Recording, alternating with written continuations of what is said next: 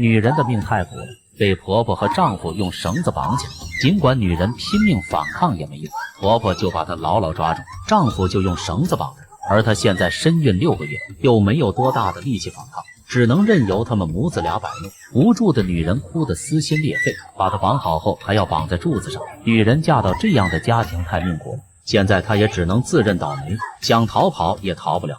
剛才也是因為她想逃跑被發現，再將她強行拖回家。她一個弱女人根本反抗不過他們母子，就這樣硬生生被強行拉回家。現在被綁了，更加無法反抗。絕望的她本想一了百了，但丈夫為了保住她，就給她餵飯，只有她吃飽了才有力氣去幹活。但女人死活就是不肯吃，母子倆看到她這麼犟，就更加來火了。丈夫抓着她的頭，再掐住她的嘴巴，婆婆就把飯灌進她的嘴裡。儘管把飯灌進她嘴裡，她也立馬全部吐出來。母子倆也是拿她沒有辦法，既然她要餓着，就讓她餓好了，先把她關2天再說，等她餓得受不了了，就自然會吃的。把她丟在這裡後，母子倆就離開了。母親走時告訴兒子看好她，千萬別再讓她再跑了。母親走後，她就拿酒來門口喝守她。這樣的母子簡直就不是人，居然合起來欺負她。過了一會後，她發現屋裡沒有了動靜，就走進屋裡去看看什麼情況，發現女人已經昏迷過去。丈夫試着把她叫醒，但就是不管她怎麼叫都沒有反應。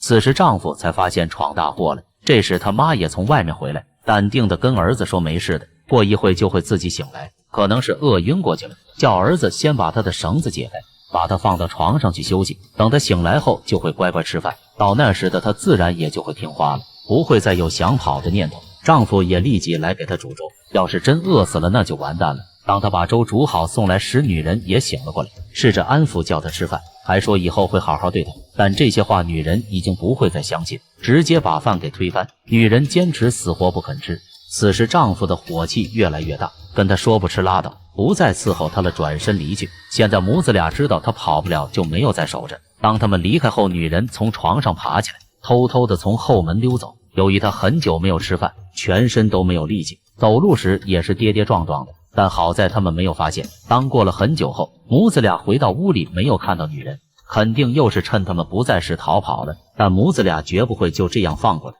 接下來女人就更慘了，